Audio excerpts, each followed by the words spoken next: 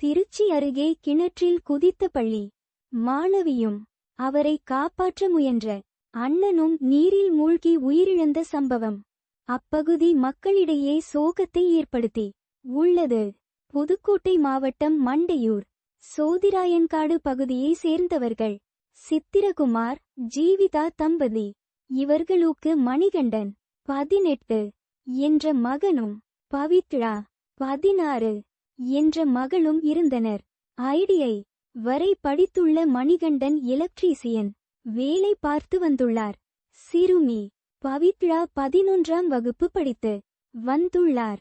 திருச்சி பாரதிதாசன் பல்கலைக்கழகம் அருகில் உள்ள தனியாருக்கு சொந்தமான இடத்தை சித்திரகுமார் பராமரித்து வருகிறார். இதனால் குடும்பத்துடன் அங்கு தங்கி உள்ளார்.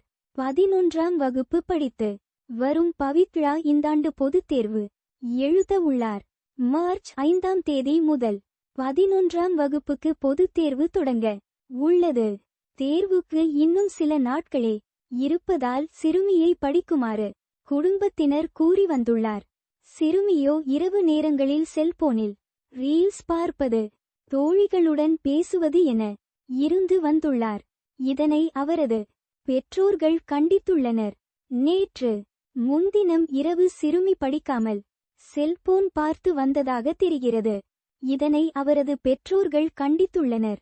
சிறுமியின் சகோதரர் மணிகண்டன் சிறுமியிடம் இருந்து செல்போன் பறித்து வைத்துக்கொண்டு உறங்க செல்லுமாறு கூறியுள்ளார். இதனால் அண்ணன் தங்கை இருவருக்கும் இடையே வாக்குவாதம் ஏற்பட்டுள்ளது. இந்த செல்போன் இருந்தால் தானே நீ பார்ப்பாய் என ஆத்திரத்தில் அந்த செல்போன் தூக்கி தரையில் போட்டு உடைத்துள்ளார் மணிகண்டன். இதனைக் கண்டு ஆத்திரமடைந்த சிறுமிதான் தங்கியிருந்த இடத்தில் இருந்த கிணற்றில் ஓடிச் சென்று குதித்துள்ளார். சிறுமியை கிணற்றில் குதித்ததையடுத்து மணிகண்டன் தங்கையை காப்பாற்றுவதற்காக கிணற்றில் குதித்துள்ளார். இரவு நேரம் என்பதால் கிணற்றுக்குள் போதிய வெளிச்சம் இல்லை. கிணற்றுக்கு மேலே செய்வதியாமல் நின்ற அவரது பெற்றோர்கள் கூச்சலிட்டுள்ளனர். அவர்களின் அலறல் சத்தம் கேட்டு அப்பகுதிக்கு விரைந்த பொதுமக்கள் கிணற்றில் பார்த்துள்ளனர். இரவு நேரம் என்பதால் வெளிச்சம் இல்லை. உடனடியாக காவல்துறைக்கும் தீயணைப்பு துறையினருக்கும் தகவல் தெரிவித்தனர். சம்பவ இடத்துக்கு விரைந்த தீயணைப்பு வீரர்கள் மின்விளக்குகளின் உதவியுடன் கிணற்றில் இறங்கி இருவரையும் தேடினர். நீண்ட நேரத்துக்கு பிறகு இருவரும் சடலமாக மீட்கப்பட்டனர்.